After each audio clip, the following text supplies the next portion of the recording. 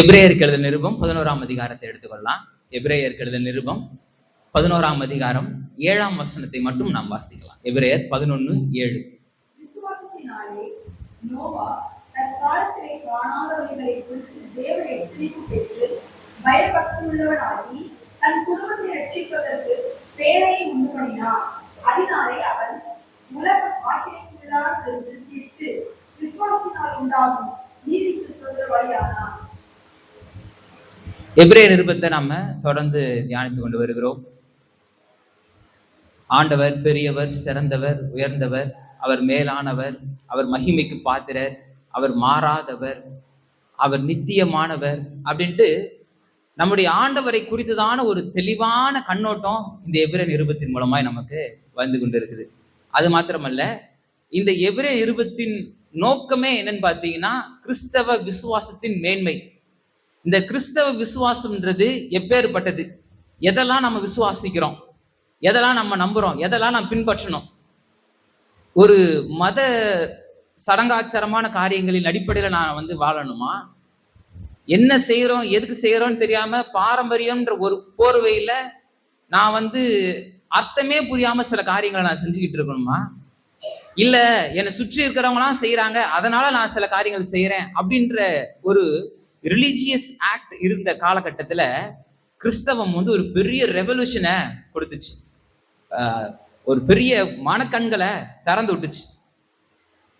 அது வரைக்கும் பாத்தீங்கன்னா எதையோ பின்னாடி ஓடிக்கிட்டு எதன் மூலமாவோ ஒரு உண்மையான அந்த நிலைய, ஒரு நல்ல ஒரு நிலைய, ஒரு மன அமைதிய, நிறைய காரியங்களை, அதாவது அவங்க எதிர்பார்க்கின்ற காரியங்களை, என்லைட்டன் சொல்லுவாங்க, அது மாதிரியான காரியங்களை எல்லாவற்றையும் பெற்றுக்கொள்வதற்கு அவங்க என்னென்னமோ செஞ்சு பாக்குறாங்க, தத்துவங்களை எடுத்து பேசி பாக்குறாங்கன்னா இந்த காலகட்டம், இந்த 1ஆம் நூற்றாண்டு காலகட்டம்ன்றது ரொம்ப ஸ்பெஷல். அதுக்கு ஒரு 400 வருஷத்துல இருந்தே பாத்தீங்கன்னா அநேக தத்துவ ஞானிகள் எழும்பி தத்துவங்களின் மூலமா நம்ம என்ன பண்ணிடலாம், கடவுளை அடைஞ்சிடலாம் அப்படின்ட்டு என்னென்னமோ பண்ணி பாக்குறாங்க. ஆனா எல்லாத்துக்கும் பாத்தீங்கன்னா ஒரு கட்டத்துக்கு மேல போய் பார்த்தா முட்டுக்கட்டை நிக்குது. அப்ப மனிதனுடைய பாவம்ன்றது அவனை எப்பேற்பட்ட மனிதனா இருந்தாலும் சரி, அவனை தேவன் எதிர்பார்க்கும் அளவு நீதியை அவனால ப்ரொடியூஸ் பண்ண விடல, அவனால முன்னேறி போக முடியல. இப்ப கிறிஸ்தவம் வருது, அது வரைக்கும் சடங்காச்சாரமா இருந்த காரியங்களின் நிச்சயத்தை காமிச்சு கொடுத்து இப்ப அப்படியே ஓபன் பண்ணி விடுறாங்க. இப்ப கலாத்தியா நாடு, கொரிந்து தேசம், அதே போல தெசலோனிக்க பட்டணம், அதே போல ஒவ்வொரு பட்டணங்கள், எபேசு பட்டணம், பிலிப்பு பட்டணம், இது மாதிரியான பட்டணங்கள்ல அந்த கர்த்தரை அறியாத ஜனங்க, கர்த்தரை தெரியாத ஜனங்க இப்ப கர்த்தரை தெரிந்து கொண்டு அவங்க இப்ப இந்த கர்த்தரை ஃபாலோ பண்றேன் அப்படின்னு போயிடுறாங்க. ஆனா இந்த எபிரேய ஜனங்கள், எருசலேம் திருச்சபை, இந்த எருசலேம்ல இருக்கிற ஜனங்க ஆல்ரெடி கர்த்தரை தான் பின்பற்றிட்டு இருக்கிறாங்க, கர்த்தரை தான் ஏற்றுக்கொண்டு இருக்காங்க, கர்த்தரை தான் நம்பி இருக்காங்க. அவங்களுக்கு தீர்க்கதரிசிகள் இருக்காங்க, மோசே இருந்தாரு, நியாயப்பிரமாணம் இருந்துச்சு, ஆசரிப்பு கூட இருந்துச்சு, அப்புறம் தேவாலயமா கன்வெர்ட் ஆச்சு, உடன்படிக்கை பெட்டி இருந்துச்சு, பலிகள் இருந்துச்சு, பண்டிகைகள் இருந்துச்சு, எல்லாமே இருக்குது. இப்ப அந்த யூத பாரம்பரியத்தின்படி நம்ம எதை கொண்டு வரணும், எதை நிறுத்தணும், யூத சடங்கின்படி எதை நான் செய்யணும், எதை நான் செய்யக்கூடாது, எதுக்கு நான் ஸ்டாப் பண்ணணும், எதை நான் அந்த லெகசியை ஃபாலோ பண்ணணும் அப்படின்றதுல ஒரு பெரிய குழப்பம் இருந்துச்சு அந்த காலகட்டம். இந்த 2000 வருடங்களுக்கு முன்பாக அந்த ஒரு குழப்பம் இருந்துச்சு. அப்பதான் யாக்கோபின் தலைமையில எருசலேம்ல ஒரு சங்கம் கூடி இதெல்லாம் நம்ம ஃபாலோ பண்ணலாம், இதெல்லாம் நம்ம ஃபாலோ பண்ண வேணான்ட்டு ஒரு தீர்மானமே அவங்க போட்டு இது பண்றாங்க. அப்ப இந்த ஆசிரியர் இந்த எபிரேயர்களுக்கு எழுதும் பொழுது எதை ஃபாலோ பண்ணணும்ன்றத ரொம்ப கரெக்டா சொல்றாரு. என்னன்னா, நம்முடைய முன்னோடிகள் இருக்கிறாங்க, இந்த முன்னோடிகளுடைய விசுவாசத்தை தான் நம்ம ஃபாலோ பண்ணணும், அந்த விசுவாசத்தை அப்படியே நம்ம பின்பற்றணும் அப்படின்றதுதான் ரொம்ப தெளிவா சொல்றாரு. அதான் இதனுடைய கண்டென்ட்டே ஆரம்பிக்குது. கிட்டத்தட்ட நம்ம பல வாரங்கள் 1ஆம் வசனத்துல இருந்து நம்ம தொடர்ந்து பார்த்துட்டே வந்துட்டோம். பலிகள் என்ன, கர்த்தர் எப்படி எல்லாவற்றையும் சிறந்தவர், உயர்ந்தவர், மேலானவர், பிரதான ஆசாரியரை காட்டிலும் அவர் எப்படி சிறந்தவர், உயர்ந்தவர், மேலானவர் அப்படின்ற நிறைய காரியங்களை பார்த்துட்டு கடைசியா 38ஆம் வசனம், 10ஆம் அதிகாரம் 38ஆம் வசனத்துல விசுவாசத்தினாலே நீதிமான் பிழைப்பான், பின்வாங்கி போவானால் அவன் மேல் ஆத்துமா பிரியமா இராது. ஆபகுக்கு 2:4 இருக்கிற அந்த பழைய ஏற்பாட்டின் வேத வசனத்தை அப்படியே கோட் பண்ணி இப்ப சொல்றாரு, விசுவாசத்தினாலதான் கர்த்தருடைய பிள்ளைங்க பிழைக்கணும். இப்ப எதை ஃபாலோ பண்ணணும், நீங்க பழைய ஏற்பாட்டில் கொண்டு வந்த அந்த பலிகளை ஃபாலோ பண்ண வேண்டிய அவசியம் இல்லை, அந்த சடங்குகளை ஃபாலோ பண்ண வேண்டிய அவசியம் இல்லை, விருத்த சேதனத்தை ஃபாலோ பண்ண வேண்டிய அவசியம் இல்லை. ஏன்னா அதை போதிச்சிட்டாங்க. இப்ப கர்த்தரை ஏற்றுக்கொண்டு கர்த்தருடைய சபையில இருக்கும்பொழுது அவங்க யார் ஃபர்ஸ்ட் மெம்பர்ஷிப்ல இருந்தான்னு பாத்தீங்கன்னா யூதர்கள் தான், அதுல சந்தேகம் இல்லை. இப்ப அவங்க வந்து சின்ன வயசுல இருந்தே பாரம்பரியமா பின்பற்றி வந்த சில சடங்குகளை புதிதா வந்த கர்த்தரை அறியாம புதிதாய் வந்தவங்களுக்கும் அதே பாரம்பரியத்தை நீ பின்பற்றி ஆகணும் அப்படின்ற மாதிரி சில காரியங்கள் போதிக்க ஆரம்பிச்சிட்டாங்க. அப்ப சொல்றாரு, இந்த ஆசிரியர் ரொம்ப தெளிவா காமிச்சு கொடுக்குறாரு, என்னன்னா எதை நீ பின்பற்றணும் அப்படின்னா விசுவாசத்தை பின்பற்று அப்படின்ட்டு. அதையும் பழைய ஏற்பாட்டுல இருக்கிற வசனத்தை தான் கோட் பண்றாரு. ஆபிரகாம் தீர்க்கதரிசி சொன்ன அதே வசனத்தை அப்படியே எடுத்து கோட் பண்ணி, விசுவாசத்தினாலே நீதிமான் பிழைப்பான், பின்வாங்கி போவானால் அவன் மேல் என் ஆத்துமா பிரியமா இராது என்று சொல்லிட்டாரு.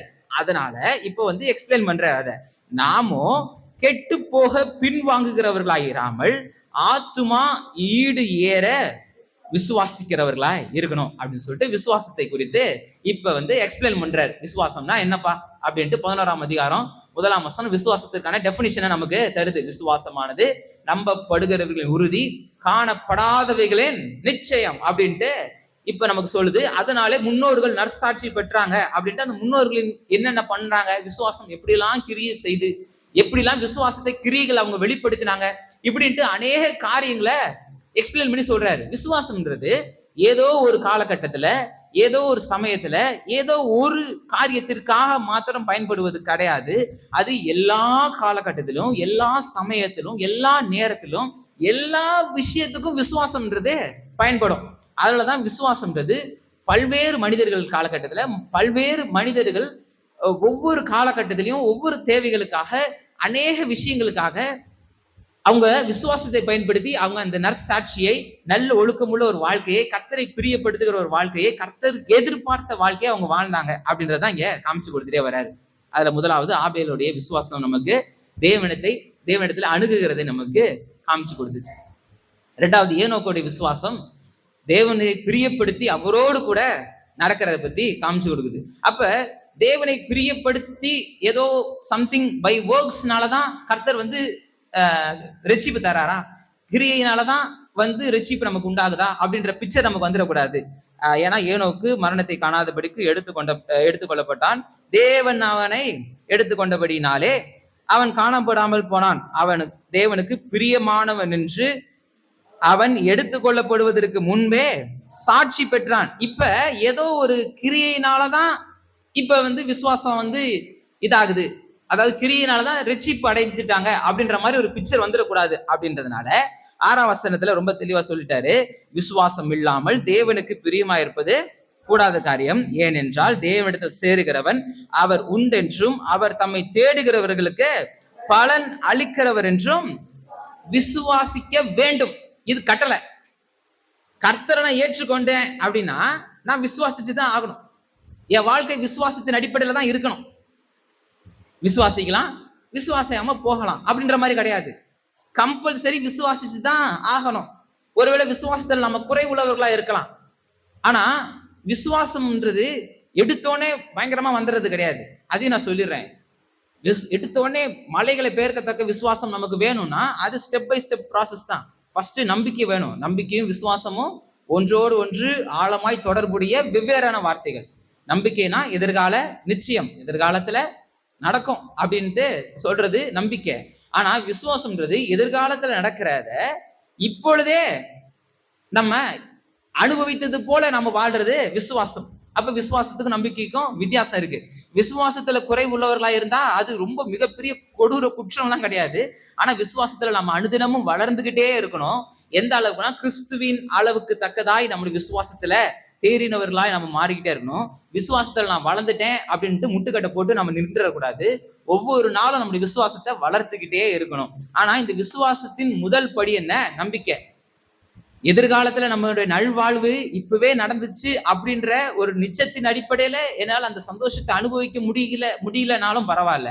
ஆனா எதிர்காலத்துல என் வாழ்க்கை நல்லா மாறுன்ற அந்த நம்பிக்கையாச்சு இருக்கணும்.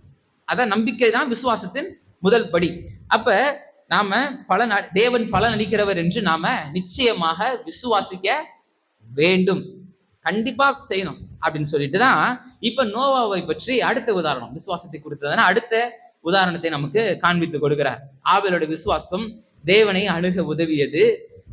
ஏனோக்கின் விசுவாசம் தேவனை பிரியப்படுத்த உதவியது. இப்ப நோவாவின் விசுவாசம் அந்த விசுவாசத்தினுடைய கிரியையை வெளிப்படுத்தி காமிக்குது. விசுவாச கிரியை, ஆபேலுடைய விசுவாசம் அவருடைய வாழ்க்கையில எப்படி விசுவாசம் இருந்துச்சு அப்படின்றது காமிக்குது. ஏனோக்கின் விசுவாசம், அவர் எப்படி வாக் பண்ணார், தேவனோடு கூட நடந்தாரு, தேவனை பிரியப்படுத்தினார். எல்எக்ஸஸ் சொல்லுதுல, சத்யஜித் வேதாகமம் சொல்லுதுல, அவர் தேவனை பிரியப்படுத்தி நடந்தார். அதான் வாக் வித் காட். அந்த இது கடைசியா நோவாவின் விசுவாசம். அடுத்த பகுதியில நோவாவின் விசுவாசம் என்னன்னு பாத்தீங்கன்னா, விசுவாசம் எப்படி கிரியைகள்ல வெளிப்படணும். கிரியையினால நம்ம ரட்சிக்கப்படல, ஆனா நம்ம ரட்சிப்பு கிரியையில வெளிப்படணும். இந்த வித்தியாசத்தை நம்ம கரெக்டா புரிஞ்சுக்கணும்.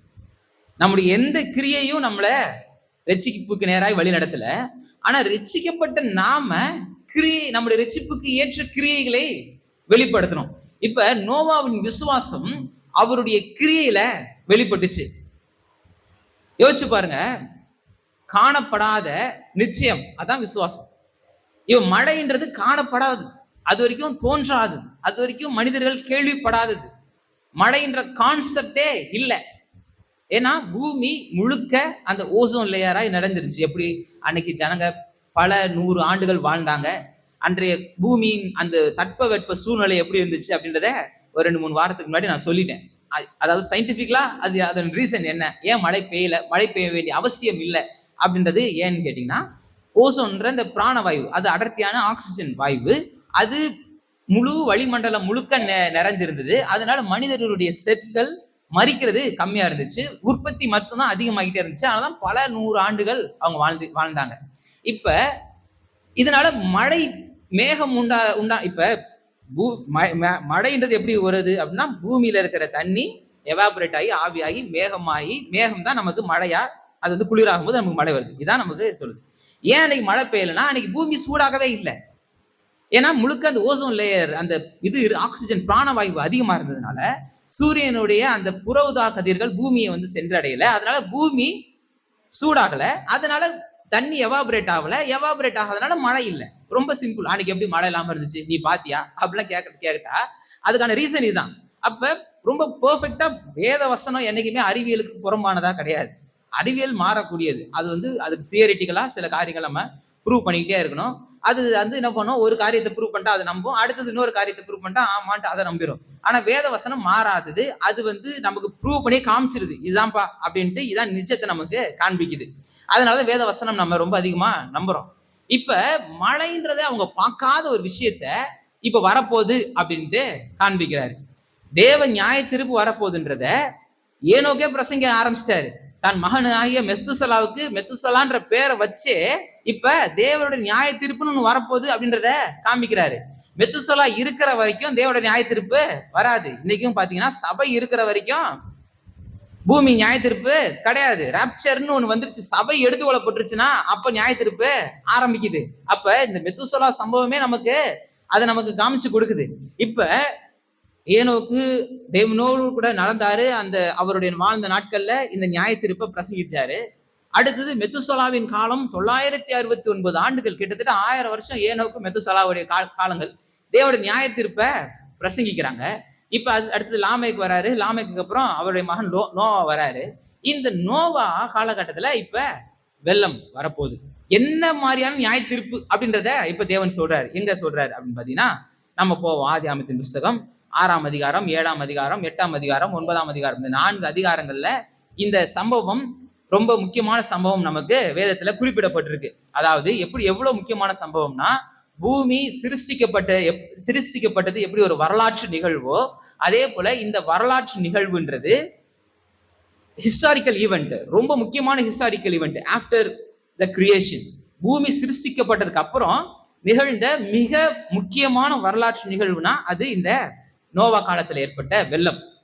அப்ப 6ஆம் அதிகாரத்துல எடுத்துக்கிட்டீங்கன்னா 13ஆம் வசனம்,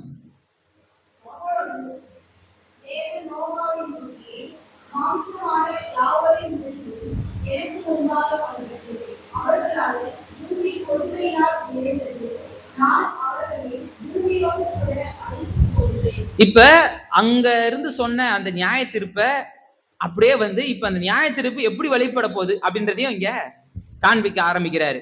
5ஆம் வசனத்துல இருந்து பாத்தீங்கன்னா, மனுஷனுடைய அக்கிரமம் அவன் இருதயத்தின் இடையூறின் தோற்றமெல்லாம் முத்தமும் கொள்ளாதே என்று கர்த்தர் கண்டு. இப்- மனுஷன் பாவம் செஞ்சா மனுஷனை அழிச்சதுக்கு ஒரு காரணம் இருக்கு. அப்ப எதுக்கு முழு பூமியும் அழிக்கணும், எதுக்கு மற்ற மிருகங்கள்லாம் சாகணும் அப்படின்ற கேள்வி நமக்கு எழலாம்.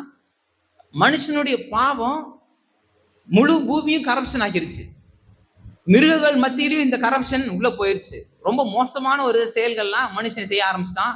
இதனால மிருகங்களுடைய இதுவும் பாத்தீங்கன்னா ரொம்ப கெட்டு போயிடுச்சு. இப்போ முழு உலகமே இப்ப வந்து கரப்ஷன்னால நிறைஞ்சிருச்சு, கேடு நிறைந்ததாய் மாறிடுச்சு. மனுஷனை பூமியில அழிச்சது தப்பே கிடையாதுன்னு சொல்ற அளவுக்கு சில காரியங்கள் நான் உங்களுக்கு எக்ஸ்பிளைன் பண்ணேன். இப்ப உதாரணத்துக்கு கர்த்தர் வந்து இப்படிதான் செயல்படுவாரா, மனுஷன் வந்து தவறு செஞ்சானா அவனை அழிச்சு போட்டுருவாரு, அவனை உடைச்சிருவாரு. இன்னைக்கு கூட சொல்லுவாங்கல்ல, கர்த்தர் காலை உடைப்பார், கையை உடைப்பார். கடவுள் அப்படிப்பட்டவரெல்லாம் கிடையாது. ஆனா இங்க கர்த்தர் பூமியை அழிச்சாருன்னே சொல்லுது. நான் மனஸ்தாபப்பட்டேன். அப்ப என்னதான் மனுஷன் செஞ்சான் அப்படின்னா, இந்த நியாய தீர்ப்பே தேவன் எவ்வளவு அன்பா இருக்கிறாருன்றதை காமிக்குது. நீங்க சப்போஸ் இந்த அழிஞ்ச நேரத்துல ஒரே ஒரு குடும்பம் தான், நோவான்ற நபர் அவருடைய குடும்பம், மொத்தம் 8 பேர் அப்படின்னா கூட குடும்பம்னு பாத்தீங்கன்னா ஒரே குடும்பம் தான் தப்பிச்சிச்சு. அதுக்கு முன்னாடி ஒருவேளை மெத்துசலா காலத்துல ஏனோக்கோட காலகட்டத்தில் இன்னும் கொஞ்சம் பேர் கூட இருந்திருக்கலாம், இன்னும் சில ஃபேமிலிஸ் இருந்திருக்கலாம். ஆனா இந்த கேப்ல குறைஞ்சு குறைஞ்சு குறைஞ்சு இந்த கரப்ஷன் வந்து என்ன ஆயிடுச்சு, டாமினேட் பண்ணி கடைசியில ஒரே ஒரு குடும்பம் தான் தப்பிச்சிருக்கு. இப்ப இந்த குடும்பமும் போச்சு அப்படின்னா முழு உலகமத்தையும் இப்ப கர்த்தர் அழிச்சு ஆகணும், அதாவது கிளீன் பண்ணி ஆகணும், சுத்தப்படுத்தி ஆகணும். ஏன்னா இது முழு உலகத்தையும் தேவனுக்கு விரோதமாய் மாற்றி இருக்குது. அதாவது தேவன் தன்னுடைய சாயலின்படி மனுஷனை உண்டாக்குனாரு. மனுஷனுக்குரிய சில குணாதிசயங்கள் இருக்கு. மனுஷன் என்ன பண்றான், மனித தன்மையற்றவனா மாறிட்டான். சொல்லியிருந்த மோலேக்குன்ற தெய்வத்துக்கு இவங்களுடைய நல்வாழ்வுக்காக பெத்த குழந்தை என்ன பண்றாங்க, நரபலியா கொடுக்குறாங்க. அதுவும் எப்படி கொடுக்குறாங்க, இந்த அந்த வெண்கல கரங்கள் அந்த இதுல அதை பழுக்க நல்லா ஹீட் ஆக்கிட்டு குழந்தைய கொண்டு போயிட்டு அது மேல வச்சிருவாங்களாம். அது உருகி அப்படியே அவ்வளவு தகதகன் செந்நிறமா இருக்குமா அந்த வெண்கலம். அதுல குழந்தைய கொண்டு போய் வச்சா என்ன ஆகும், அப்படியே ஒரு ஸ்பாட்ல அப்படியே உருகி போயிடும். அதை பார்த்துட்டு இந்த தெய்வம் வந்து நம்ம குழந்தைய சாப்பிட்டுச்சு அப்படின்னு நினைப்பாங்களாம். எவ்வளவு கொடூரமான ஜனங்கள்ல இவங்கெல்லாம் அழிச்சது தப்பே கிடையாதுன்னு நமக்கு தோணுது. இது நான் சொல்றது ஒரு சின்ன உதாரணம் தான். இது மாதிரி அவங்க பண்ண கொடூரன்றது ரொம்ப ரொம்ப அதிகம். மனித தன்மையற்ற ஜனங்களா மாறிட்டாங்க. அப்ப அழிக்க வேண்டிய கட்டாயம் ஏற்பட்டுச்சு. எப்படி ஆபரேஷன் பண்ணி அழுகுன உறுப்புகளை கட் பண்ணி எடுக்கிற மாதிரி இப்ப மனித தன்மையற்ற மனிதர்களை இப்ப வேறெடுக்க வேண்டிய கட்டாயம் இங்க ஏற்பட்டுருச்சு. இப்ப நியாய தீர்ப்பு வருது. நோவாவுக்கு இப்ப கர்த்தருடைய கண்களில தயவு கிடைத்தது.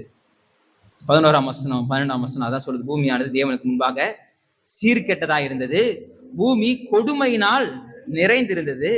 தேவன் பூமியை பார்த்தார், இதோ அது சீர்கெட்டதா இருந்தது. மாம்சமான யாவரும் பூமியின் மேல் தங்கள் வழியை கெடுத்து கொண்டு இருந்தார்கள். கெடுத்து கொண்டார்கள், ஒரு ஸ்டாப் இல்லைங்க, கெடுத்து கொண்டே இருக்கிறாங்க. கண்டினியூஸ் டென்ஸ்ல போகுது. இலக்கணம் ரொம்ப முக்கியம் வேத வசனத்தை வாசிக்கும் போது. தொடர்ந்து, அதாவது அது வந்து ஒரு ஃபுல் ஸ்டாப் ஆகல, அது பெருகிக்கிட்டே போகுது. இப்ப இவன்ட்ட இருந்த வைரஸ் மாதிரி இவன்ட்ட இருந்த காரியம் இப்ப மிருக ஜீவன்களுக்குள்ளும் போயிருச்சு. இப்ப மிருக ஜீவன்களுடைய குணாதிசயமும் கெட்டு போச்சு, அதனுடைய காரியங்களும் கெட்டு போக ஆரம்பிச்சிருச்சு. இப்ப இந்த கொடுமைன்றது கர்த்தர் ஒரு மனித தன்மையோடு கூட சிருஷ்டித்த இந்த மனிதன், மாம்சமானவர்கள், தேவனுக்கு பிரியமில்லாத மாம்சம் தேவனுக்கு விரோதமான பகை அப்படின்னு சொல்லுது. இப்ப மாம்சத்தின் காரியங்கள்னால இப்ப முழு உலகத்தையும் இப்ப இவங்க என்ன பண்ணிட்டாங்க, கெடுத்து போட்டாங்க. அதனால என்ன பண்ண வேண்டியது இருந்துச்சு, பூமியை அவரு அழிக்க வேண்டிய கட்டாயம் இருந்துச்சு. பூமியை அழிக்க வேண்டிய கட்டாயம் அங்க இருந்துச்சு. நீங்க பாத்தீங்கன்னா நோவா கூட கர்த்தர் வந்து ஒரு 3 முறை பேசுறாரு. 6ஆம் அதிகாரம் 13ஆம் வசனத்துல ஒரு முறை பேசுறாரு, தேவன் நோவாவை நோக்கி அப்படின்னு வரும். அடுத்தது 7ஆம் அதிகாரம் 1ஆம் வசனத்துல கர்த்தர் நோவாவை நோக்கி அப்படின்னு வரும். அடுத்தது 8ஆம் அதிகாரம் 15ஆம் வசனத்திலையும் அதே மாதிரி வரும். 3 முறை கர்த்தர் நோவாவோடு கூட பேசுறாரு. 6ஆம் அதிகாரம் 8ஆம் வசனம் பாத்தீங்கன்னா, நோவாவுக்கோ கர்த்தருடைய கண்களில் கிருபை கிடைத்தது. கிருபை கிடைத்ததுன்னா அப்ப கிருபைனா என்ன? நீ எப்படிப்பட்ட வாழ்க்கையானா வாழ்ந்துக்கோ, எவ்வளவு பாவம் வேணா செஞ்சுக்கோ, எவ்வளவு அக்கிரமம் வேணா பண்ணிக்கோ, உன்னை நான் மன்னிக்கிறேன். அதான் கிருபை. அப்படிதானே இன்னைக்கு போதிக்கிறாங்க. இன்னைக்கு சபை அப்படிதானே போதிக்குது. நீ எப்படி வேணா வாழ்ந்துக்கோ, கடவுள் அன்பா இருக்கிறவர்ல, கடவுள் தான் நீதி உள்ளவர்ல, அவர் தான் இரக்கம் உள்ளவர்ல, அவர் உன் மேல அன்பா தானே இருக்கிறாரு. அப்ப நீ எவ்வளவு அக்கிரமமா செஞ்சுக்கோ, அதை பார்க்க மாட்டாரு. ஏன்னா அவர் கிருபை உள்ளவர் அப்படின்ட்டு இன்னைக்கு போதிக்க ஆரம்பிச்சிட்டோம். ஆனா வசனம் ரொம்ப சொல்லுது என்னன்னா, நாம பாவத்தில் விழாதபடிக்கு காப்பாற்றுகிறது தான் கிருபை. கிருபைனா என்ன? தகுதியற்றவர்களுக்கு தேவன் காட்டும் தயவு. இந்த தயவு எப்படி வந்துச்சு? இந்த தயவு என்ன? நாம நெடுக போய் பள்ளத்துல விழாதபடிக்கு, ஏப்பா பார்த்து போ, அங்க பள்ளம் இருக்கு, கொஞ்சம் ஜாக்கிரதையா போன்னு சொல்றதுதான் கிருபை. இங்க அதுதான் நமக்கு போதிக்குது. அப்ப கிருபைனா என்ன? அதான் இங்க நோவாவுக்கோ கர்த்தருடைய கண்களில் கிருபை கிடைச்சது. என்ன கிருபை கிடைச்சிச்சு? முழு உலகமும் அழிய போது, நீ அழியாதபடிக்கு தப்பிச்சுக்கோ அப்படின்ட்டு போக்கு சொல், அதாவது ஒரு தப்பித்துக்கொள்ள வழியை கர்த்தரு காமிக்கிறார். இதுதான் கிருபை. கிருபைக்கான ஒரு எக்ஸ்பிளனேஷன் இங்க நமக்கு கிடைக்குது. நோவாவுக்கு கர்த்தருடைய கண்களுக்கு கிருபை கிடைச்சிச்சுன்னா, நீயும் எப்பேற்பட்ட பாவனை செஞ்சுட்டு இருந்தியா, பரவாயில்லவா, உன்னை நான் காப்பாத்திடுறேன், அப்படி கிடையாது. இப்ப கர்த்தருடைய கிருபை என்னன்னா, முழு உலகமும் கரப்ஷனா மாறிடுச்சு. ஆனா இவனை காப்பாத்துறதுக்கு இவனுக்கு கர்த்தர் என்ன பண்றாரு? சில வழி நடத்துதல கொடுக்குறாரு, கைடன்ஸ் கொடுக்குறாரு, கூட இருந்து எப்பா தப்பு பண்ணிடாத, உன் குடும்பத்தை காப்பாத்திக்கோ, மற்ற மனிதர்கள் அழிந்து போகிற போல நீரும் என்ன பண்ணிடாத, அழிஞ்சு போயிடாத அப்படின்ட்டு காப்பாத்துறாரு. நீங்க ரோமர்கள் நிருபத்துல 2ஆம் அதிகாரம் 4ஆம் வசனத்தை வாசி பாத்தீங்கன்னா, அப்போஸ்தலனாகிய பவுல் ரொம்ப தெளிவா சொல்லுவாரு. 2ஆம் அதிகாரம் 4ஆம் வசனத்துல, தேவ தயவு நீ குணப்படும்படி உன்னை ஏவுகிறது என்று அறியாமல் அவருடைய தயவு, பொறுமை, நீடிய சாந்தம் இவைகளின் ஐஸ்வர்யத்தை அசட்டை பண்ணுகிறாயோ. இப்ப தேவனுடைய தயவுன்றது எப்படிப்பட்டது? நாம குணப்படும்படி ஏவுதான். அவர் பொறுமையா இருக்கிறாரு, அமைதியா இருக்கிறாருன்னா, நாம நம்முடைய வழிகளை காத்து கொள்ளணும் அப்படின்றதுக்காக தான் அவர் என்ன பண்றாரு? அந்த காலங்களை நமக்கு கொடுக்கிறாரு. இப்ப ஏனோக்கின் காலகட்டத்திலிருந்து இந்த நியாயத்தீர்ப்பு பிரசங்கிக்கப்பட்டே வருது. கிட்டத்தட்ட 1000 வருஷம் பிரசங்கம் நடக்குது. நோவா தன் வாழ்நாளில் 120 வருஷம் பிரசங்கிக்கிறாரு. ஒரு வனாந்தரமா ஒரு ஒரு ஒரு தனிமையான வளங்கள்ல ஒரு மிகப்பெரிய பேடையை கட்டுறாரு. அது வந்து எவிடன்ஸ். இப்ப ஏனோக்கின் காலகட்டத்துல அன்னைக்கெல்லாம் பாத்தீங்கன்னா ஏனோக்கு வாழ்ந்துட்டாரு. அப்புறம் ஏனோக்கு யாருன்னே தெரியாமலாம் கிடையாது. அன்னைக்கு இப்போ மேக்சிமம் இப்ப நம்ம ஊர்லன்னா எல்லாருமே ஒருத்தருக்கு ஒருத்தர் அறிமுகமா இருக்கும். ஒரு குறிப்பிட்ட, ஏன்னா மக்கள் தொகை கம்மியா இருக்குதுன்னா இவங்க அந்த அறிமுகம் அதிகமா இருக்கும். இப்ப சென்னை சிட்டிக்குள்ள போனீங்கன்னா அங்க வந்து நிறைய ஃப்ளோட்டிங் பாப்புலேஷன்ஸ் இருக்கும். வெளியில இருந்து வர்றதுனால நிறைய பேர் பக்கத்து வீட்டுல இருக்க கூட யாருக்கும் தெரியாது. ஆனா இங்கெல்லாம் அப்படி கிடையாது. நம்ம எல்லாருக்கும் ஒருத்தர் அறிமுகமானவர்களா நம்ம இருக்கிறோம். அன்னைக்கு உலகமும் அதே போலதான். எல்லாரும் மேக்சிமம் ஒருத்தருக்கு ஒருத்தர் அறிமுகமானவர்கள் தான் இருப்பாங்க. ஏன்னா எல்லாருமே ஆதாமுடைய சந்ததி.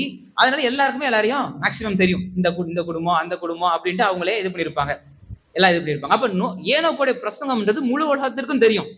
என்னது ஏனோக்கு? ஏன்னா ஏனோக்குன்றது ரொம்ப ஒரு ஃபேமஸான பேர். காயினுடைய மகன் பேரு ஏனோக்கு. ஏனோக்குன்ற பேர்ல ஒரு பெரிய பட்டணமே இருந்துச்சு. அப்ப ஏனோக்கு வந்து தன் மகனுக்கு மெத்துசலான்னு பேர் வைக்கிறாரு. இந்த மெத்துசலான்னும் பொழுது எல்லாரும் பேர் என்ன ஏம்பா மெத்துசலா அப்படின்னா தேவோட நியாயத்தீர்ப்பு வெளிப்பட போகுது. அந்த மனுஷன் போகும்பொழுது தேவோட நியாயத்தீர்ப்புன்றது வந்துடும். அது வந்து டிராஃப்ட், அது வந்து ஒரு குறி, அதாவது ஒரு ஈட்டி மாதிரி வச்ச குறி தவறாது தேவன் ஒரு குறிக்கோள் வச்சுட்டாரு, தேவன் ஒரு டார்கெட் வச்சுட்டாருன்ற ஒரு பேரை அங்க தன் மகனுக்கு வைக்கிறாரு. இப்ப இந்த பேரே ஒரு சுவிசேஷத்தை அறிவிக்குது. மக்களுடைய விடுதலைக்காக தேவனுடைய நியாயத்தீர்ப்பை பிரஸ்தாபிக்கின்ற ஒரு சுவிசேஷத்தை அறிவிக்குது. இவ்வளவும் இருந்தும் தேவ தயவு குணப்படும்படி ஏவுது. ஏனோக்கு மூலமா ஏவுது. இன்னும் சொல்ல போனா ஆதாம் என்ன பண்ணிருப்பாரு நினைக்கிறீங்க? 930 வருஷம் வாழ்ந்தாரு. அவர் என்ன பேசியிருப்பாரு? அப்படியே பேசாம வாயில இழுத்து மூடிட்டு கம்முன்னு இருந்திருப்பாரா? ஏதேன் தோட்டம் எப்படி இருந்துச்சு, எப்படிப்பட்ட வாழ்க்கையை நான் வாழ்ந்தேன், எப்படிப்பட்ட இடத்துல நாங்க இருந்தோம், அது எத்தனை காலம்னே சொல்ல முடியாது. அந்த ஃபர்ஸ்ட் 3 சாப்டர்ல காலம்ன்றதே ரொம்ப நமக்கு இது. ஏதேன் தோட்டத்துல அவங்க வந்து எத்தனை காலம் வாழ்ந்தாங்க. என்னமோ 6 நாள் வாரம் கர்த்தர் எல்லாத்தையும் சிரிச்சுட்டு அடுத்த வாரத்துல பாவம் செஞ்சுட்டு 3ஆவது வாரத்துல வெளியே துரத்திட்டாருலாம் கிடையாது. பயங்கரமா வாழ்ந்தாங்க. அப்ப அதுக்கப்புறம் வெளியே வந்து 930 வருஷம் அவர் பாக்குறவங்கள்ட்ட எல்லாம் என்ன சொல்லியிருப்பாரு? பாவம் செஞ்சிடாத, பாவம் தேவனுக்கு முன்பாக பாவம் செஞ்சிடாத. காயின் என்ன பேசியிருப்பாரு? காயின் நெத்தியில ஒரு அடையாளத்தை போட்டாரு. பாவம் செஞ்சதுனால வந்த ஒரு வெளிப்படையான ஒரு அடையாளத்தை ஜனங்க பாக்குறாங்க. அப்ப காயினுடைய வாழ்க்கையும் என்ன பண்ணுது? தேவனுடைய நியாயத்தீர்ப்ப பாவம் செஞ்சிடக்கூடாதுன்றத காமிக்குது. ஏனோக்கு தன் வாழ்நாளெல்லாம் அதை செஞ்சுட்டே இருந்தார். யூதாவின் புஸ்தகம் 14ஆம் அதிகாரம் 14ஆம் வசனம் 15ஆம் வசனம் அப்படியே நமக்கு சொல்லுது. யூதாவின் புஸ்தகத்துல ஒரே அதிகாரம் இருக்கு. 14ஆம் வசனம் 15ஆம் வசனம் சொல்லுது, ஆதாமுக்கு 7ஆம் தலைமுறையான ஏனோக்கும்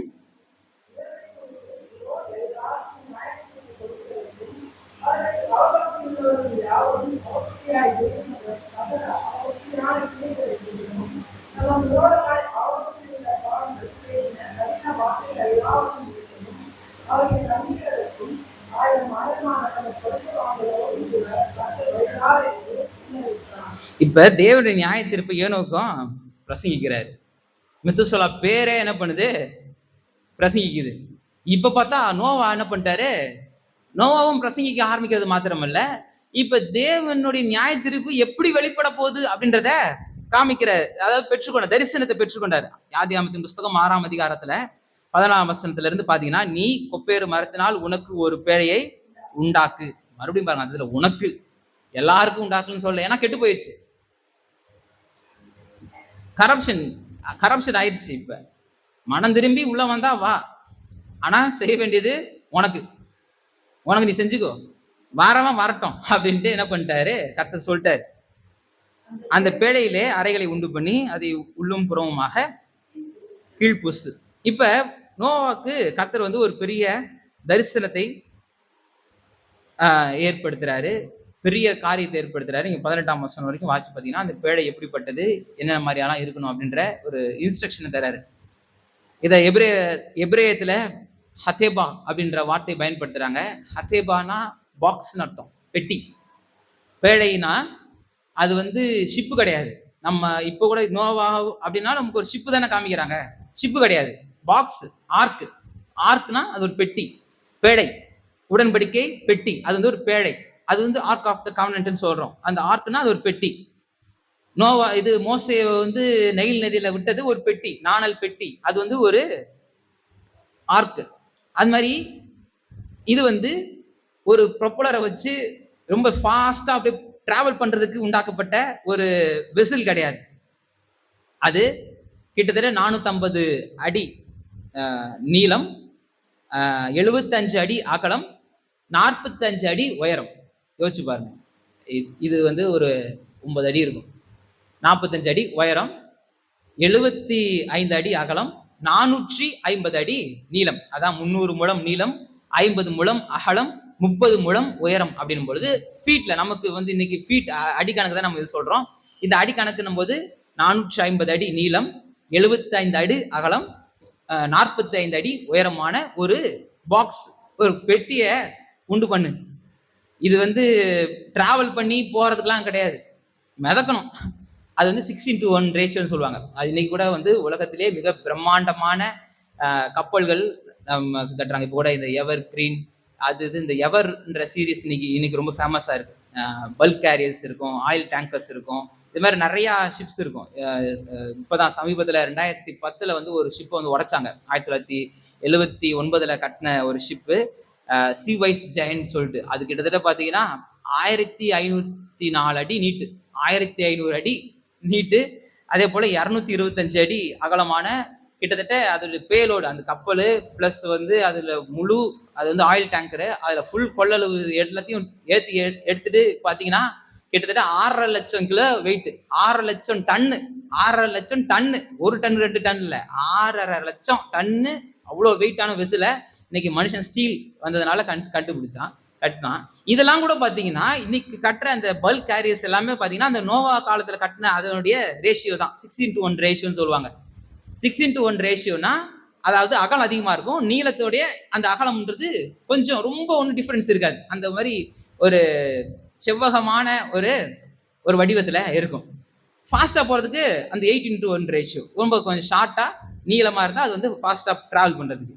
பல்க் கேரியர்ஸா மிதக்கணும் அப்படின்னா 6:1 ரேஷியோல தான் என்ன பண்றாங்க, கட்டுறாங்க. அப்படிப்பட்ட ஒரு இதுதான் வந்து இங்க வந்து நோவாவுக்கு கர்த்தர் வந்து காமிச்சு கொடுக்குறாரு. நீங்க வீட்டுல போயிட்டு வாசிங்க நோவாவின் சம்பவத்தை, நீங்க முழுக்க இந்த 6, 7, 8, 9 நிச்சயமா வீட்டுல போய் வாசிச்சு பாருங்க. ஏன்னா அன்னைக்கு எப்படிலாம் நடந்துச்சு அப்படின்ட்டு நீங்க வாசிச்சு பாருங்க. இப்ப சில பேர் கேட்கலாம், அந்த தண்ணி எங்க போச்சு? உயரமான மலைகளுக்கு மேல இன்னைக்கு தண்ணி இருந்துச்சு, அந்த தண்ணி இருந்துச்சுன்னு சொல்றாங்க. அப்ப அந்த தண்ணி எல்லாம் எங்க போச்சு? வானத்தின் மதகுகள் திறந்துச்சு, பூமியின் ஊற்றுக்கண்கள் திறந்துச்சு. இந்த மாதிரியான அந்த மழை தண்ணி எங்கதான் போச்சு? இன்னைக்கு பலாயிரம் வருஷம் ஆயிருந்தா கூட அது எங்க இருந்திருக்கணும்ல. எங்க இருக்குன்னு பாத்தீங்கன்னா, இன்னைக்கும் நார்த் போல் சவுத் போல் தண்ணி எல்லாம் என்னன்னா மிக சுத்தமான நன்னீர், அதாவது ரொம்ப சுத்தமான தூய்மையான நீர்னு சொல்றாங்க. அது அப்படிதான் இருக்கு. பூமி வெப்பமயமானதுனால நீர் உருகுச்சுன்னா கடல் மட்டம் உயருதுன்றாங்க. அப்ப கர்த்தர் கீழ்காற்று அனுப்பி பூமியில இருக்கிற ஜலங்களை ஒரு இடத்துல சேர பண்ணினார்னு வசனம் சொல்லும் பொழுது, அது பூமி சுத்துற வேகத்துல இப்ப என்ன ஆகி போச்சு? இந்த தண்ணி மொத்தம் நார்த் போலும் சவுத் போல்லையும் போயிட்டு ஃப்ரீஸ் ஆயிருச்சு. இப்ப அந்த தண்ணி இருக்கு. நீங்க பாத்தீங்கன்னா இப்ப இந்த மொத்தமும் உருகிருச்சுன்னு வச்சுங்க. எல்லா தண்ணியும் உருகிருச்சுன்னா அதே அளவுக்கு தண்ணி வந்துடும். அப்ப தண்ணி எங்கேயுமே போல. இன்னும் நோவாவின் காலத்தின் தண்ணி இங்கதான் இருக்கு.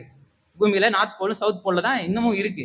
அப்ப அதுதான் சுத்தமான நீர், மழை தண்ணி. அன்னைக்கு இருந்த தண்ணி ரொம்ப ஃப்ரீசிங் டெம்பரேச்சர்ல இருக்கு. இன்னைக்கு கிரேட் கேனியன் சொல்லுவாங்கல்ல, பெரிய வறண்ட நிலம் அமெரிக்கா. அதுல பார்த்தா இந்த நட்சத்திர இந்த ஸ்டார் ஃபிஷ்ஷோடைய இதெல்லாம் எச்சங்கள் கிடைக்குது. இமயமலையில கிடைக்குது. எங்க சஹாரா பாலைவனத்துக்குள்ள மீனுடைய எச்சங்கள் கிடைக்குது. எப்படா இதெல்லாம் கிடைக்குது? அப்ப பூமி முழுக்க நீர் இருந்துச்சு அப்படின்றதுக்கு இதெல்லாம் நமக்கு சயின்டிபிக் எவிடன்சஸ்.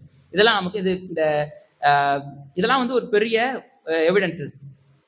இதெல்லாம் காமிச்சு கொடுக்குது. இப்ப நீங்க இந்த 6ஆம் அதிகாரம், 7ஆம் அதிகாரம், 8ஆம் அதிகாரம், 9ஆம் அதிகாரம் வரைக்கும் நீங்க வாசி பாத்தீங்கன்னா அதனுடைய முழு சம்பவமும் நமக்கு தெளிவா தெரியும். இப்ப நோவாவின் சம்பவம், இந்த ஹிஸ்டரி நமக்கு என்னென்ன சத்தியத்தை நமக்கு காமிச்சு கொடுக்குது எபிரேய நிருபத்தின் அடிப்படையில. இப்ப நம்ம ஆதியாகமத்தின் புஸ்தகம் 6ஆம் அதிகாரம், 7ஆம் அதிகாரம், 8ஆம் அதிகாரம், 9ஆம் அதிகாரத்துல நடந்த சம்பவங்களை வாசிக்கிறோம்.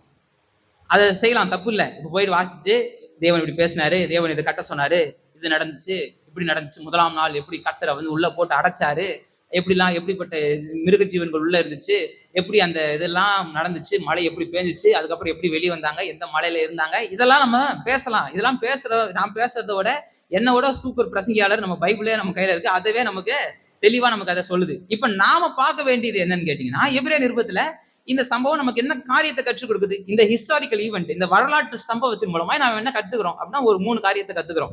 எபிரேய நிருபம் 11ஆம் அதிகாரம் 7ஆம் வசனத்தை மறுபடியும் ஒரு முறை நிதானமா வாசிச்சு பாருங்க. எபிரேய நிருபம் 11:7.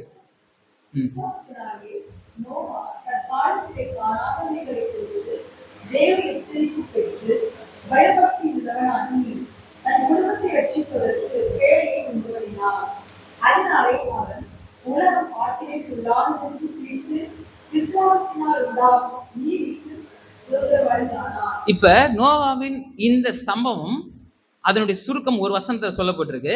இந்த சம்பவம் நமக்கு சில முக்கியமான சத்தியங்களை வெளிப்படுத்துது. ஆதியாகமத்தின் புஸ்தகம் 6ஆம் அதிகாரம், 7ஆம் அதிகாரம், 8ஆம் அதிகாரத்தின் மூலமாக நோவா மெய்யான தேவனை ஏற்றுக்கொண்டாரு. அந்த தேவனை பிரியப்படுத்தும்படி ஒரு வாழ்க்கையை வாழ்ந்தாரு. அந்த தேவனை முழுவதுமாய் சார்ந்துதான் நோவா வாழ்ந்தாரு அப்படின்ற ஒரு எவிடன்ஸ், ஒரு தகவல்கள் நமக்கு அதன் மூலமா கிடைக்குது. இப்ப இதன் மூலமா நமக்கு என்னென்ன சில தகவல்கள் கிடைக்குது அப்படின்னு பாத்தீங்கன்னா, நோவா கர்த்தருடைய வார்த்தைக்கு கீழ்ப்படிந்தார். ஃபர்ஸ்ட் கர்த்தருடைய வார்த்தைக்கு கீழ்ப்படிதல் அப்படின்றது ரொம்ப ரொம்ப முக்கியம். அதாவது முழு உலகமும் கரப்ஷனா மாறி இருக்கலாம். இப்ப விசுவாசம்ன்றது என்ன அப்படின்னு பாத்தீங்கன்னா, நோவா தன் விசுவாசத்தை பிரசங்கித்தார் அப்படின்னு மாத்திரமல்ல, நோவா பிரசங்கித்ததே விசுவாசம் தான். என் விசுவாசத்தை நான் பிரசங்கிக்கிறேன்னு சொல்றது மாத்திரம் இல்ல, நோவா பிரசங்கிச்சதே விசுவாசத்தினாலதான். யோசிச்சு பாருங்க, கரெக்ட் தான்ல? மழைன்றது இல்ல, அது வரப்போறது கிடையாது, அது வரைக்கும் மனுஷன் பார்த்ததே கிடையாது. ஆனா இப்ப மழைன்றது பேஞ்சு முழு பூமியும் அழிய போகுது. தனி நபர் கிடையாது, ஒரு சில பட்டணங்கள் கிடையாது. இப்ப நினிவே பட்டணம் அடைஞ்சிச்சு, சோதம் குமாரா பட்டணங்கள் அழிஞ்சிச்சு. இது மாதிரி ஒரு பட்டணத்தின் அழிவு கிடையாது, இல்ல வந்து ஒரு தேசத்தின் அழிவு, சில சிறைபிடிப்பு மூலமா. இப்ப கடைசியா பாத்தீங்கன்னா இஸ்ரவேல் யூதான் 2 தேசமா பிரிஞ்சு இருக்கும்போது அவருடைய பொல்லாத வழிகளினால நியாயத்தீர்ப்பு அடைஞ்சு, இப்ப தேசம் வந்து என்ன பண்ணுச்சு? நியாயத்தீர்ப்பு அடைஞ்சிச்சு. இப்படி பாபிலோன் வந்து நியாயத்தீர்ப்பு அடைஞ்சிச்சு. இது மாதிரி தேசங்கள் நியாயத்தீர்ப்பு அடைஞ்சிச்சு, பட்டணங்கள் நியாயத்தீர்ப்பு அடைஞ்சிச்சு, மனிதர்கள் என்ன பண்றாங்க? நியாயத்தீர்ப்பு அடையறாங்க. லோத்தின் மனைவி திரும்பி பார்த்ததுனால அது ஒரு நியாயத்தீர்ப்பு, கீழ்ப்படியாமையினால வந்த ஒரு நியாயத்தீர்ப்பு. இப்படி சம்திங் நிறைய நியாயத்தீர்ப்புகள் இருக்குது.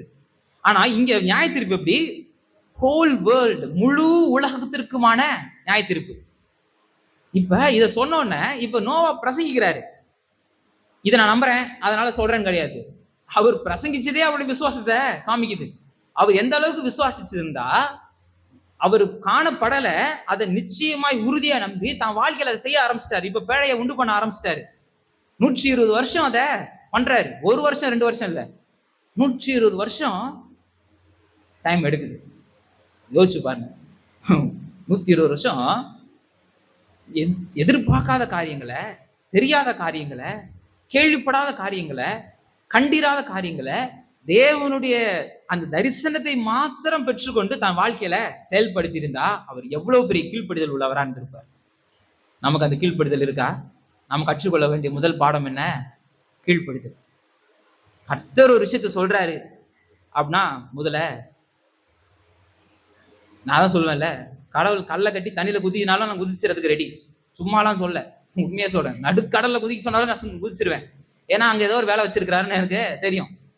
ஊழியத்துக்கு வந்ததே அப்படிதான்.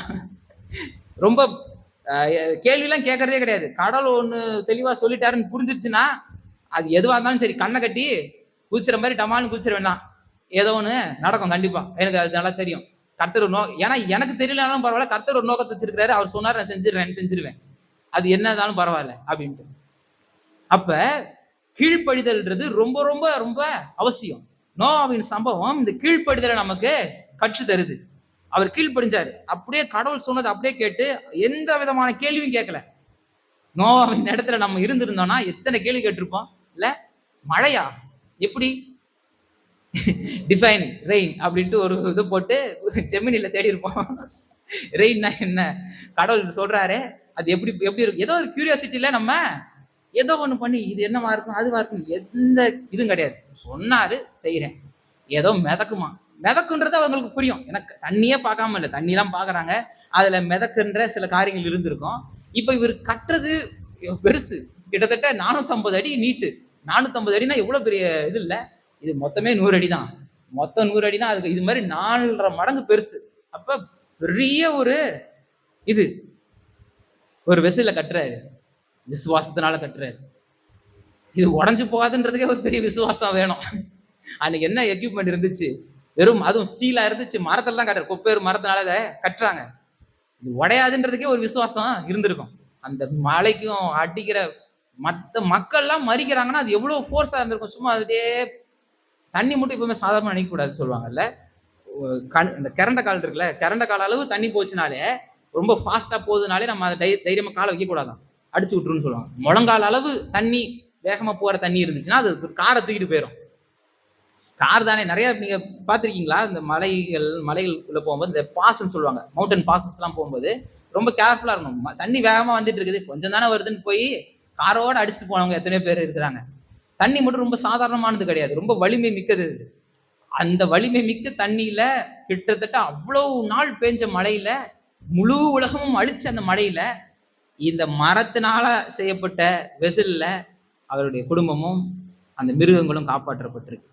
அதுவே ஒரு பெரிய அற்புதம் இல்ல? நம்ம வருவோம் ஒரு காலத்துல, அதெல்லாம் வருவோம். இப்ப இந்த ஹிஸ்டாரிக்கல் சம்பவத்துல இருந்து நம்ம கற்றுக்கொள்ள வேண்டிய பாடம் முதலாவது கீழ்ப்படிதல். ரெண்டாவது என்னன்னா, அந்த 7ஆம் வசனத்தினுடைய பின்பகுதி பாத்தீங்கன்னா, உலகம் ஆக்கினைக்குள்ளாக, இப்ப உலகம் ஆக்கினைக்குள்ளாக போகுது அப்படின்ட்டு தீர்க்கிறாரு, கன்ஃபார்ம் பண்றாரு. இவருக்கு ஒரு உறுதி வந்துருச்சு. இப்ப முதல்ல கீழ்ப்படிதல், ரெண்டாவது ஒரு கான்பிடன்ஸ், கண்டிப்பா அது நடக்கும். இப்ப நம்ம சொல்றோம்ல, கர்த்தருடைய நியாய தீர்ப்புன்னு வரப்போகுது, கர்த்தர் வரப்போறாரு. எத்தனை பேர் ஏளனம் பண்ணலாம், எதை சொல்லலாம். ஆனா நம்ம என்ன பண்றோம்? உறுதியா நம்புறோம். ஒரு நியாய தீர்ப்பின் காலகட்டம் இருக்கு, 7 வருட உபத்திரவம்னு ஒண்ணு இருக்கு, சபை எடுத்துக்கொள்ளப்படும். இதெல்லாம் நம்ம விசுவாசிக்கிறோம். இதெல்லாம் நம்ம விசுவாசிக்கிறோம்னா நம்ம உறுதியா நம்புறோம், கான்பிடென்டா இருக்கிறோம். அதுல நீங்க கான்பிடென்டா இல்லைன்னா இன்னைக்கு கான்பிடென்ட் ஆயிருங்க. ரொம்ப இதா நடக்குது. அதான் சில விஷயங்கள், அதனுடைய காரியங்கள் கூட நான் வாட்ஸ்அப்ல 2-3 நாளுக்கு முன்னாடி அனுப்பிச்சு வச்சேன் நினைக்கிறேன். அந்த அதனுடைய ஆரம்ப சம்பவம். ஏன்னா அந்த தேவாலயம் வந்துருச்சுன்னா அது நியாயப்பிரமாணம்னு அர்த்தம். நியாயப்பிரமாணம் இருந்துச்சுன்னா கிருபை பிரமாணம் இருக்காது. அப்ப நியாயப்பிரமாணம் அந்த பலிகள் துவங்கிருச்சு அப்படின்னா சபை எடுத்துக்கொள்ளப்படும். அந்த நியாயப்பிரமாணமாகி அந்த தேவாலயம் வர்றதுக்கு முதலாவது என்ன பண்ணணும்? அந்த எல்லாத்தையும் பரிசுத்தப்படுத்தணும். எல்லாத்தையும் பரிசுத்தப்படுத்துறதுக்கு அந்த சிகப்பு கிடாரியை பலி செலுத்தி அதனுடைய சாம்பல் எடுத்து தான் பரிசுத்தப்படுத்துவாங்க. இப்ப கலிலேயாவில் அந்த சிகப்பு கிடாரி பிறந்துருச்சு அப்படின்ட்டாங்க. இதுல என்ன ஒரு காமெடினா, ஆர்வத்துல காதுல இது அடிச்சிட்டாங்க, டேக் அடிச்சிட்டாங்க. உடனே சில ரபிமார்கள் வந்து அதுக்கப்புறம் நடந்த சம்பவத்தை சொல்றேன். பிறந்துருச்சுன்னு சிகப்பு கராடி பிறந்துருச்சு, அறிவிச்சு கலிலேயாவில பழுதற்ற கிடாரி பிறந்துருச்சுன்னு சொல்லிட்டு கிட்டத்தட்ட ஒரு 3-4 ரபிமார்கள் அதை முழுவதுமா ஆராய்ஞ்சு ஒரு வெள்ளை முடி கூட இல்லாம முழுவதுமா இந்த சிகப்பு கிடாரி இருக்கு அப்படின்றத அறிவிச்சிட்டாங்க. ஒரு ஆர்வத்துல என்ன பண்ணிட்டாங்க, டேக் எல்லா குட்டிகளுக்கும் டேக் வேக்சின் பண்ணி டேக் அடிக்கிற மாதிரி காதுல டேக் அடிச்சிட்டாங்க. இவ பழுதற்றதா இருக்கணும், டேக் அடிச்சிட்டாங்க. உடனே ஐயோ இன்னொருத்தன் வந்து ஏன்டா இப்படி பண்ணிட்டீங்க, இப்படி பண்ணிட்டீங்களா, எத்தனை வருஷம் காத்திருந்து ஒரு பொண்ணு வந்துச்சுன்னு பார்த்தா இப்படி டேக் அடிச்சு வச்சிட்டீங்களாடான்ட்டு அப்புறம் அதை அவுத்துட்டு பார்த்தா வெறும் 3 நாள்ல ஆடி போச்சான். அதே ஒரு பெரிய அற்புதம் பாருங்க. அடிச்ச டேக் அடிச்சு அது ஓட்ட போட்டு வச்சுது 3 நாள்ல காயம் ஆறி போச்சு. மறுபடியும் போய் இன்ஸ்பெக்ஷன் பண்ணா ரொம்ப கிளியரா இருக்குன்ட்டாங்க. இப்ப நேத்து மறுபடியும் இன்ஸ்பெக்ஷன் பண்ணி அதை சொல்லியிருக்காங்க. அப்ப இதெல்லாம் நமக்கு ஒரு எச்சரிப்பு. இத வந்து பலி செலுத்தி இதனுடைய சாம்பலை எடுத்து தேவாலயத்தின் பனிமுட்டுகளை பரிசுத்தப்படுத்திட்டாங்கன்னா தேவாலயத்தை கட்ட ஆரம்பிச்சிருவாங்க. தேவாலயத்துல பலி செலுத்தும் போது இங்க சபை இருக்காது. அப்ப நமக்கு ரொம்ப நாட்கள்ன்றது ரொம்ப கம்மியா தான் இருக்கு. நம்முடைய கர்த்தருடைய வருகைக்கு நாட்கள் ரொம்ப கம்மியா இருக்கு. தேவனுடைய நியாயத்தீர்ப்பை நம்ம இப்ப பிரசங்கிச்சுக்கிட்டே இருக்கிறோம், அறிவிச்சுக்கிட்டே இருக்கிறோம். அப்ப ஒரு கான்பிடென்ட், உலகம் நியாயம் தீர்க்கப்பட போகுதுன்ற ஒரு கான்பிடென்ட் இருக்கு. அந்த கான்பிடென்ட்டை வெளிப்படுத்துறாரு. அதான் அங்க சொல்றாரு, எப்படி பாருங்க,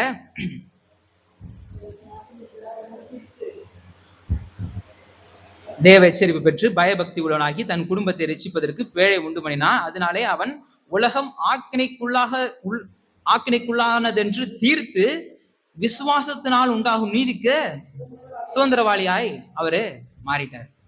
இப்ப இந்த பூமி ஆக்கினைக்குள்ளாக தீர்க்கப்பட போகுது அப்படின்றத ஒரு பெரிய கான்பிடென்ட் அங்க வந்துருச்சு அங்க. அப்ப விசுவாசம் கீழ்ப்படிதல்ல வெளிப்படணும்.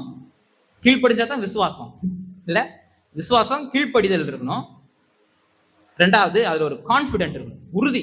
அதான் காணப்படாதவர்கள் நிச்சயம், அதுல ஒரு உறுதி இருக்கணும்.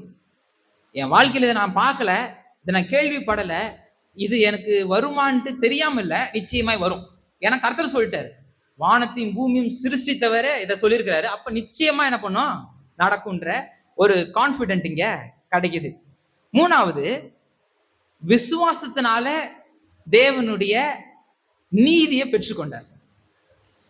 நல்லா பாருங்க, நோவாவுக்கோ கர்த்தருடைய கண்களில் கிருபை கிடைச்சிச்சு அப்படின்னும் பொழுது நம்ம முன்னாடி சொன்ன மாதிரி ஏதோ செயல் மூலமாய் இவர் ரட்சிக்கப்படல. இவர் ரொம்ப நீதிமானா, ரொம்ப நல்லவரா, அப்படியே உத்தமரா வாழ்ந்ததுனால கர்த்தர் வந்து ஏன்பா நீ தான்ப்பா ரொம்ப நல்லவன், நீ வந்து ரொம்ப இதா இருந்துட்ட வா அப்படின்ட்டு இல்ல. இப்ப கர்த்தர் தான் அந்த கிருபையை கொடுக்குறாரு. இது நோவாவுக்கு மாத்திரம் கொடுத்தாரான்னு கேட்டா கிடையாது, எல்லாருக்கும் கொடுக்குறாரு. ஆனா யாரு இத ரிசீவ் பண்றாங்களோ அவங்க தப்பிச்சான். இதான் விஷயங்க. கர்த்தருடைய கிருபைன்றது பொதுவானது, ரட்சிப்புன்றது பொதுவானது, எல்லா மனிதர்களுக்குமானது. யார் வேணா ரட்சிக்கப்பட முடியும், எல்லா மனிதர்களும் ரட்சிக்கப்பட முடியும். எல்லாரும் கர்த்தருடைய பார்வைக்கு சமம் தான். ஆனா யார் அதை விசுவாசிச்சு ஆமா இந்த ரட்சிப்பு எனக்கு தான்ப்பா, இந்த ஆண்டவரை நான் ஏற்றுக்கொள்றேன்னு கிட்ட போறவங்களுக்கு ரட்சிக்கப்படுறாங்க. மற்றவங்க என்ன பண்றாங்க, அவங்க ஒரு தீர்மானம் எடுக்கிறாங்க, இதை நான் ஏற்றுக்கொள்ளல. ஏன்னா கர்த்தர், நான் சொல்லியிருக்கேன், கர்த்தர் வந்து மனிதனுடைய தீர்மானத்துக்கு மதிப்பளிக்கிறார். ஏன்னா கர்த்தர் வந்து அவருடைய சாயலின்படிதான் மனுஷன் உண்டாக்குறாரு. அதனாலதான் பாவம்ன்றது எதேச்சியா நடக்கிறது கிடையாது, அது தரமான தீர்மானம். நான் இதை செய்வேன் அப்படின்னு ஒரு தீர்மானம் எடுத்துதான் மனுஷன் என்ன பண்றான், பாவம் செய்யறான். அப்ப இங்க ஒரு தரமான தீர்மானம் என்ன, தேவனுடைய அந்த தரிசனத்தை பெற்றுக்கொண்டு அதற்கு கீழ்ப்படிந்து அதை உறுதியா நம்பி உறுதியா அதுல ஒரு மிகப்பெரிய உறுதியில இருந்து இப்ப நீதிமானா மாட்டார். இப்ப நீங்க தேவனுடைய வார்த்தைக்கு கீழ்ப்படிஞ்சு தேவன் உங்களுக்கு காண்பித்த, உங்களுக்கு சொல்லிய அந்த வாக்கு தத்துவத்தின் பேர நீ உறுதியா இருந்தீங்கன்னா கர்த்தர் உங்களை நீதிமான்களா மாற்றுகிறாரு. நீங்க நீதிமான்களா மாறுறீங்க. நீதிமான்களை குறித்து சொல்லும் போதே அதானே பவுல் சொல்றாரு, ரோமர்கள் நிருபம் 1ஆம் அதிகாரம் 17ஆம் வசனத்துல எப்படி சொல்றாரு பாருங்க. ரோமர்கள் நிருபம் 1ஆம் அதிகாரம் 17ஆம் வசனத்துல, விசுவாசத்தினாலே நீதிமான் பிழைப்பான் என்று எழுதியிருக்கிறபடி, மறுபடியும் பாருங்க அந்த ஆபகுப்பு 2 தான் இங்கேயும் அப்போஸ்தலனாகிய பவுல் கோட் பண்றாரு. விசுவாசத்தினாலே உண்டாகும் தேவ நீதி விசுவாசத்திற்கென்று அந்த சுவிசேஷத்தினாலே வெளிப்படுது. விசுவாசம் சுவிசேஷத்தினால வெளிப்படுது. இப்ப விசுவாசத்துல என்ன உண்டாகுது, தேவ நீதி உண்டாகுது. நோவாவுக்கு நீதிமான் அப்படின்னது எதனால உண்டாச்சு, அவருடைய கீழ்ப்படிதல்னால, அவர் உறுதியை நம்பினதுனால, இந்த கர்த்தரை நான் சார்ந்து இருக்கிறேன் அப்படின்ற உறுதியை வெளிப்படுத்தினதுனால இப்ப அவர் என்ன பண்ணிட்டாரு, நீதிமானா மாறிட்டாரு. இன்னும் 3ஆம் அதிகாரத்துல ரோமர் 3:24-25 என்ன சொல்லுது பாருங்க. இலவசமாய் அவருடைய கிருபையினாலே கிறிஸ்து இயேசுவுடைய மீட்பை கொண்டு நீதிமான்களாக்கப்படுகிறார்கள். தேவன் பொறுமையா இருந்த முற்காலத்துல நடந்த பாவங்களை தாம் பொறுத்து கொண்டதை குறித்து தம்முடைய நீதியை காண்பிக்கும் பொருட்டாகவும் தாம் நீதி உள்ளவரும் இயேசுவினிடத்தில் விசுவாசமாய் இருக்கிறவனை நீதிமான்களாக்குறவருமாய் விளங்கும்படி இக்காலத்திலே தமது நீதியை காண்பிக்கும் பொருட்டாக அப்படின்ட்டு இப்படி போகுது. ஆனா இங்க என்ன போகுது? இயேசுவினிடத்தில் விசுவாசமாய் இருக்கிறவனை நீதிமான்களாய் மாற்றுகிறார்.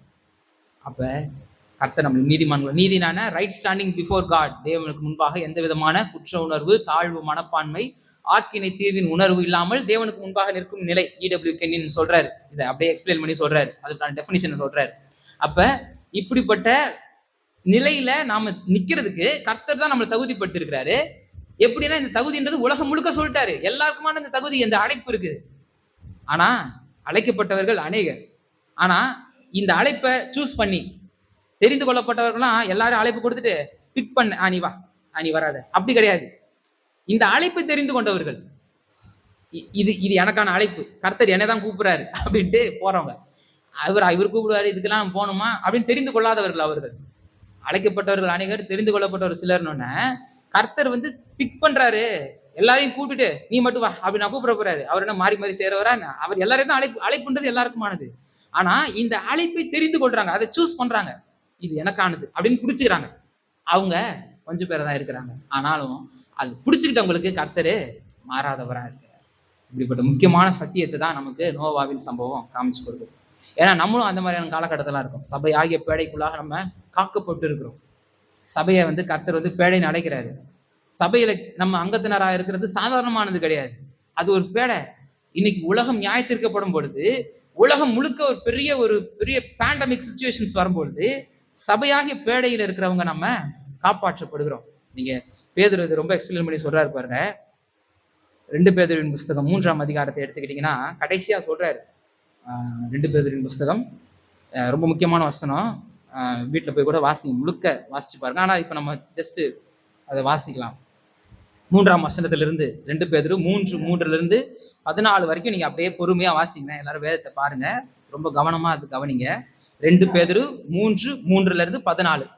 முதலாவது, நீங்கள் அறிய வேண்டியது என்னவெனில், கடைசி நாட்களில் பரியாசக்காரர் தங்கள் சுய இச்சையின்படியே நடந்து அவர் வருவார் என்று சொல்லுகிற வாக்குத்தத்தம் எங்கே? பிதாக்கள் நித்திரை அடைந்த பின்பு சகல சிருஷ்டிப்பின் தோற்றம் முதல் இருந்த விதமாய் இருக்கிறதே என்று சொல்வார்கள். பூர்வ காலத்தில் தேவனுடைய வார்த்தையினாலே வானங்களும் ஜலத்தினின்று தோன்றி ஜலத்தினாலே நிலை கொண்டிருக்கிற பூமியும் உண்டாயின என்பதையும், அப்பொழுது இருந்த உலகம் ஜலப்பிரளயத்தினாலே அழிந்தது என்பதையும் மனதார அறியாமல் இருக்கிறார்கள். இப்பொழுது இருக்கிற வானங்களும் பூமியும் அந்த வார்த்தையினாலேயே அக்கினிக்கு இரையாக வைக்கப்பட்டு தேவ பக்தி இல்லாதவர்கள் நியாயம் தீர்க்கப்பட்டு அழிந்து போகும் நாள் வரைக்கும் காக்கப்பட்டிருக்கிறது. பிரியமானவர்களே, கர்த்தருக்கு ஒரு நாள் 1000 வருஷம் போலவும் 1000 வருஷம் ஒரு நாள் போலவும் இருக்கிறது என்கிற இந்த ஒரு காரியத்தை நீங்கள் அறியாதிருக்க வேண்டாம்.